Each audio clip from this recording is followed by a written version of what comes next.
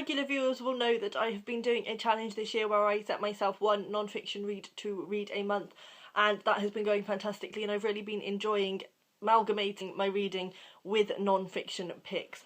But this month I've decided to pick a few extra in the theme of Nonfiction November, because I think it's important, even if you love reading fiction, to read a bit of non-fiction. It's fascinating the things you can learn, and it's a really worthwhile thing to do. I've mainly this year been reading memoirs and things like that, I have to say, so I've picked a few in here that are less memoir-esque in the theme of fully throwing myself into the non-fiction thing. So firstly, I will be listening to the audiobook of Jon Ronson's So You've Been Publicly Shamed, which I will put a picture of somewhere. This is a book about public shaming on the internet, Twitter mobs and such. I've already listened to 8 minutes of it. I'm cheating a bit, I'm starting already. But I do take a long time to listen to audiobooks. I generally only listen to them when I'm walking, so only every now and again, and so I thought I'd get this one in early, and hopefully I can finish it by the end of next month. I think it's interesting to look at, especially on BookTube. There have been a few hate mobs this year, and I try to stay out of that kind of thing because I don't think that that's helpful or conducive, and I don't think it's fair for a large group of people to attack someone online. It's not a nice feeling, and I don't agree with it.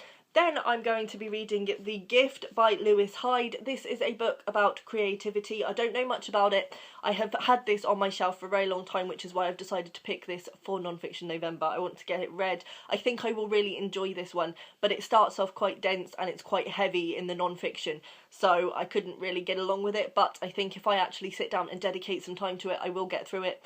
This is basically about the power of creativity, and it can transform a society, and I think it will be a good one to get into.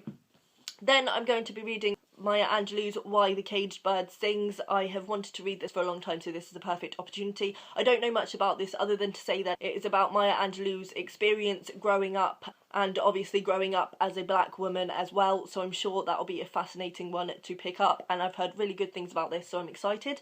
And finally, I have picked How a Person Should Be by Sheila Heti. I have had this again on my shelves for a while and actually wanted to read this. I'm really excited to get to this one, but it keeps getting pushed aside, so this is the perfect time to pick it up. This is basically Sheila Heti's experience of going on a journey to discover how a person should be, or what the stereotypical reactions of a person should be. She's done this through sort of interviews with people and studying people for a while, and I think she sort of tries to use what she learns in order to improve her own life, and I think it will be a fascinating one. As a writer, I'm always interested in people and people's reactions to things, so I think that'll be fascinating.